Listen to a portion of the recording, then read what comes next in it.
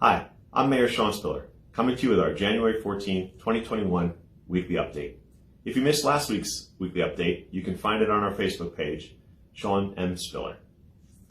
This week, I want to first again talk about the number of COVID cases. So for the week covering January 3rd through January 9th, we've seen 69 new cases.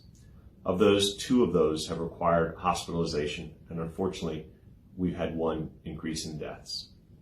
Our active cases up to January 9th are 120, and our estimated number of recovered cases since the beginning of the pandemic are 1,242.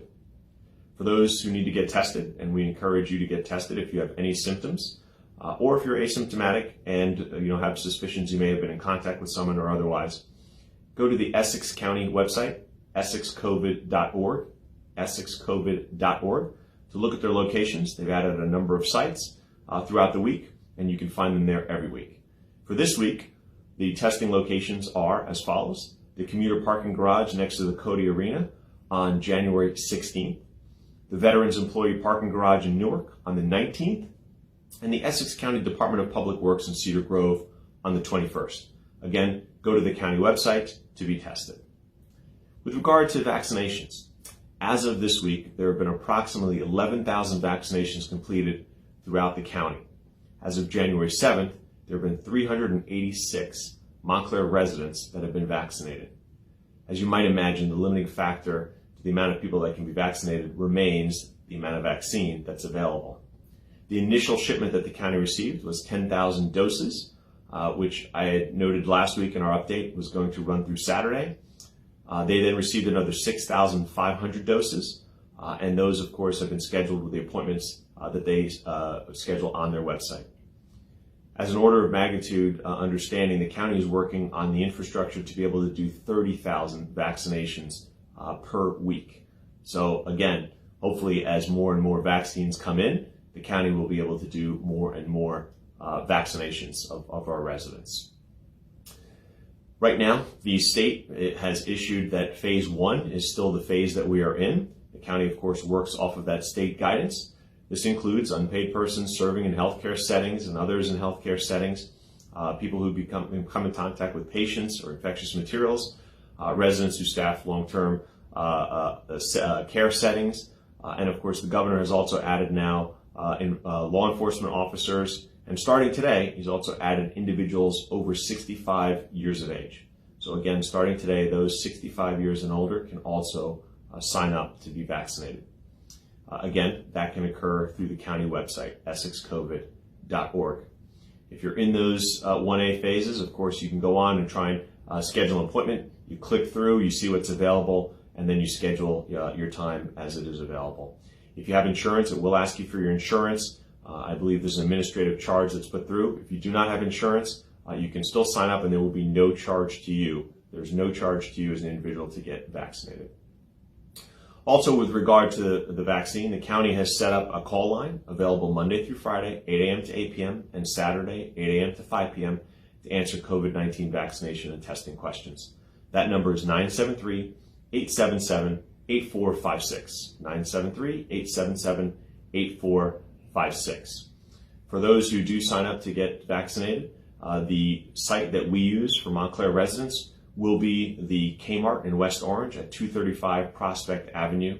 And again, all that information is on the county website. For our seniors who may need assistance getting to the vaccination locations, we are currently right now finalizing plans with the county. It's going to include an integrated transportation plan, which means the county is going to be offering transportation services. We're going to supplement that work through the town with town resources to make sure that individuals are able to get to their appointments. Again, details on that will come out shortly. We got an update a little bit today and supposed to get one of the final briefings tomorrow, and hopefully we'll have additional information shortly in that regard. Additionally, St. Barnabas will be involved in getting vaccine to homebound seniors, so the county is working with them to make sure that that need is covered as well. Overall, it's important to stay careful. Right now in our county, we have the highest number of hospitalizations that we've had in the last 3 months. So of course, we know we're in the middle of another wave here. It's important to stay masked, to stay cautious, stay separated distance-wise, and to stay safe.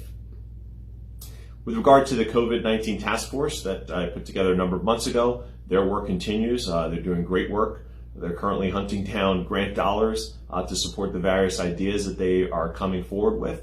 I know that they're also working with local businesses to create spaces where businesses can share with one another and support one another. And as a reminder, both the nonprofit group and the small business group still have surveys out, and they'd love to get as many responses as possible so that they can then reach out and support in as many ways as possible. So please answer those surveys if you're a small business or nonprofit and you've received that they'd love to hear from you and make sure they're getting your information and data. With an update on our schools, the New Jersey Department of Health has issued new guidance regarding students who may present major or minor symptoms of COVID. If a child does go to a nurse's office with symptoms of COVID, they must be sent home. They can't return to school until they have a negative COVID test, or they go with the 10 days of quarantine that's required by the CDC at this point. And again, this may result in calls home to parents if a student does go to nurse's office or anything else. That guidance is important as we anticipate the hybrid opening here in Montclair. So parents and guardians, just make sure you know that you have responsibility, as well as the nurse calling home. If you see that your child has recently had any symptoms, or certainly if your child has tested positive, please make that call. Please let them know. Of course, please cooperate with contact tracing and all the other information that's there. If your child is in quarantine, please make sure you keep them there, and of course share that information.